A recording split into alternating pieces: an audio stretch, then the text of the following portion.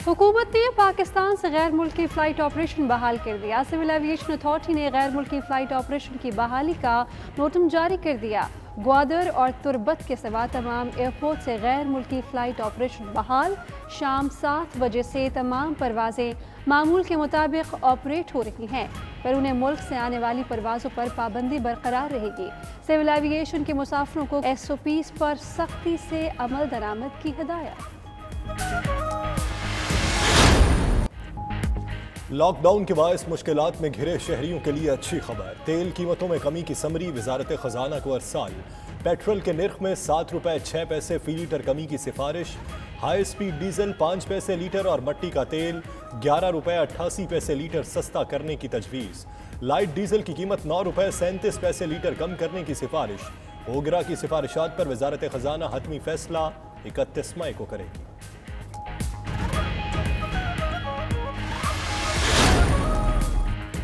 आटे के 20 किलो थैली की कीमत में 120 रुपये इजाफा। फ्लोर मिल्स एसोसिएशन ने एक्स मिल्स रेट 900 रुपये मुकर्रर कर दिया। मार्केट में 20 किलो आटे का थैला 925 रुपये में दस्तयाब होगा। पंजाब हुकूमत ने फ्लोर मिल्स के यकतरफा बयान को मुस्तरद कर दिया। वजीर खुराक अब्दुल अलीम खान का कहना है, मुख्तलिफ अजला में गंदम की कीमतों में फ़र्क है। जहां गंदम सस्ती होगी वहां आटा भी सस्ता होगा। रेट इंतजामिया और महकमा खुराक की मुशावरत से तय होगा। उम्मीद है मिल्स मालिकान ताउन करेंगे। इंसाफ के मौजूदा निज़ाम पर अवाम को एतमाद नहीं, सस्ता और फौरी इंसाफ फराहम करना मंशूर है। वज़ीर आज़म ने कहा, हमारी अव्वलीन तरजीह बेबस और लाचार तबकात की आवाज़ बनना है। इमरान खान की ज़ेर सदारत इजलास फौरी इंसाफ के लिए कानूनी इस्लाहात पर गौर। फ़रूक नसीम, शाह महमूद, बाबर आवान और दीगर की शिरकत। शहर इक़्तिदार में जदीद फॉरेंसिक लेबॉर्ट्री कायम करने का फैसला। लॉकडाउन पर फैसले के लिए कौमी राबिता कमेटी का इजलास 31 मई को तलब। वज़ीर आज़म से वज़ीर इत्तलात की भी मुलाकात। तोशाखाना रेफरेंस में नवाज शरीफ के वारंट जारी। एहतसाब अदालत इस्लामाबाद के जज ने कहा, नोटिस वसूल होने के बावजूद नवाज शरीफ पेश नहीं हुए। साबिक सदर आसिफ अली जरदारी की आज हाजिरी से इस्तिस्ना की दरख्वास्त मंजूर। साबिक वज़ीर आज़म यूसुफ रज़ा गिलानी और अब्दुल गनी मजीद को गिरफ्तार करने की नैब की इस्तदा मुस्तरद। अदालत का तमाम मुल्ज़िमान को 11 जून को पेश होने का हुक्म।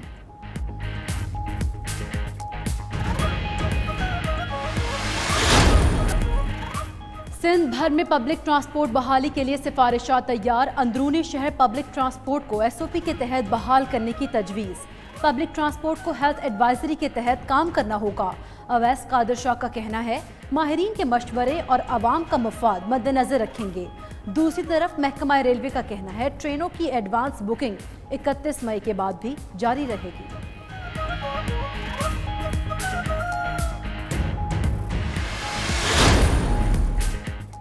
अमन मिशंस के आलमी दिन पर अक़वाम मुत्तहिदा में तकरीब। सेक्रेटरी जनरल का अमन के लिए कुर्बानियाँ देने वालों को खिराज तहसीन। यादगार पर फूल चढ़ाए। आर्मी चीफ ने पैगाम में कहा कि पाकिस्तान आलमी अमन के लिए काम जारी रखेगा। पाकिस्तान अमन मिशंस के लिए ख़वातीन दस्ते तैनात करने वाला पहला मुल्क है। जापानी सफ़ीर का आर्मी चीफ को ख़त। अमन मिशंस पर खिराज तहसीन। यूरोपीय यूनियन ने कहा, पाकिस्तान ने गिरा कदर खिदमात सरअंजाम दी। बारिशें बरसाने वाला नया सिलसिला मुल्क में दाखिल। मुख्तलिफ शहरों में आंधी और गरज चमक के साथ बारिश का इम्कान। महकमा मौसमियात के मुताबिक चंद मकामात पर जालाबारी भी हो सकती है। डायरेक्टर महकमा मौसमियात सरदार सरफराज का कहना है, यमन और ओमान के करीब हवा का कम दबाव नुमायां हो रहा है।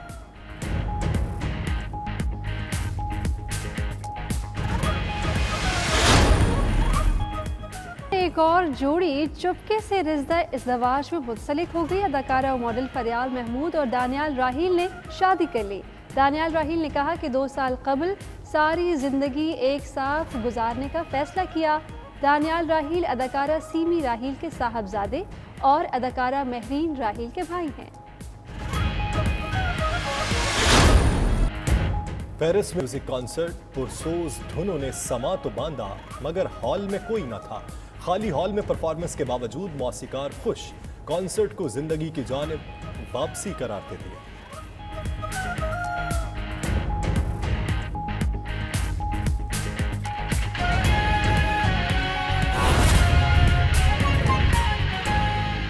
कि इसकी इन्वेस्टिगेशन करा के रिपोर्ट जरूर पब्लिक करें।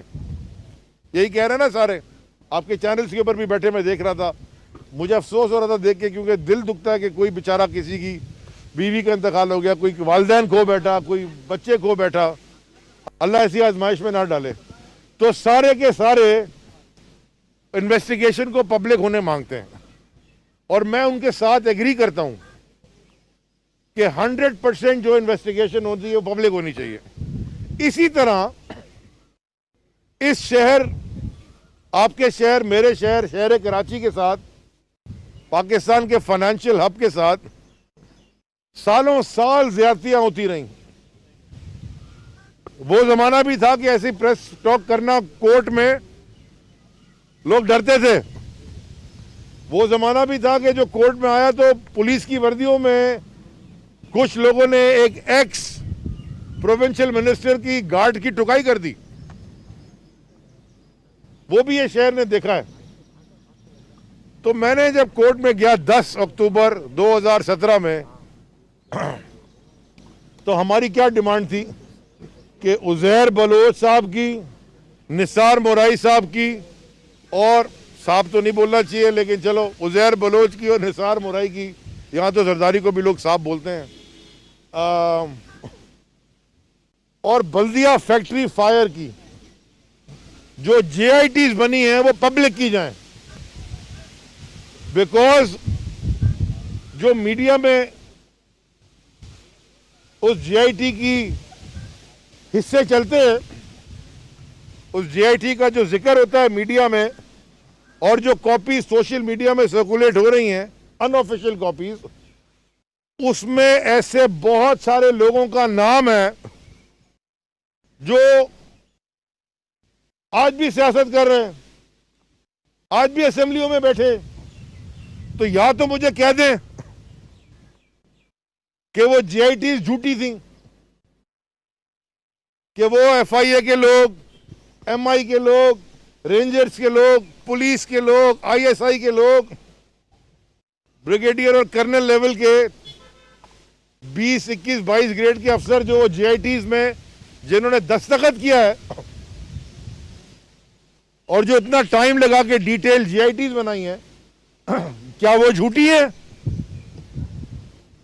क्या उन लोगों ने झूठ पे दस्तखत किया है? अगर नहीं, जो कि मैं समझता हूं नहीं किया और आप भी ये समझते हैं, तो फिर वो JITs को पब्लिक किया जाए। इसलिए हम कोर्ट आए। हमने पहले खत लिख के मांगा, उन्होंने हमें जवाब नहीं दिया। 10 अक्टूबर 2017 को हमने पिटीशन फाइल की और 28 जनवरी 2020 में उसका फैसला आया। और दो बातें मैं आपको इसके बताता हूं। तो सबसे पहले मैं खास तौर पे शुक्र अदा करूंगा उमर सुमरो, बैरिस्टर उमर सुमरो का, जिन्होंने, हाँ, क्योंकि इलेक्ट होने के बाद हम वजारत में भी बिजी हो गए, फिर इससे पहले इलेक्शन में बिजी हो गए, हर हियरिंग में वो अपीयर होते रहे और बड़े पैशन से उन्होंने केस लड़ा। वो आज भी इधर ही है लेकिन कोर्ट में है। बड़े जज्बे से, पैशन से उन्होंने केस लड़ा और यही बोल के लड़ा कि वो इमोशनली इस बात से एग्री करते हैं कि जो मैं सवाल पूछ रहा हूँ। ठीक है जी। अब वो फैसला, और ये जो इतने साल केस चला, इसमें ये बड़े जरूरी सुनने की बात है कि 3 बेंचेस बदली गई। जजेस ने अपने आप को रिक्यूज भी किया, ऑनरेबल जजेस ने, और सिंध हाई कोर्ट कंटेस्ट करती रही, सिंध हुकूमत, माजरत, सिंध हुकूमत सिंध हाई कोर्ट में कंटेस्ट करती रही कि कोई बहुत बड़ा, पता नहीं इन JITs में नेशनल सिक्योरिटी का इशू है। किसी की फैक्ट्री जल जाए और 250-300 मासूम लोग जल के राख हो जाएं, वो भी, हाँ, क्योंकि इलेक्ट होने के बाद हम वजारत में भी बिजी हो गए, फिर इससे पहले इलेक्शन में बिजी हो गए, हर हियरिंग में वो अपीयर होते रहे और बड़े पैशन से उन्होंने केस लड़ा। वो आज भी इधर ही है लेकिन कोर्ट में है।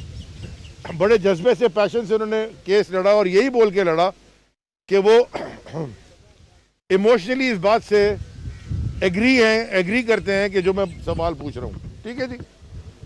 अब वो फैसला, और ये जो इतने साल केस चला इसमें ये बड़े जरूरी सुनने की बात है कि 3 बेंचेस बदली गई।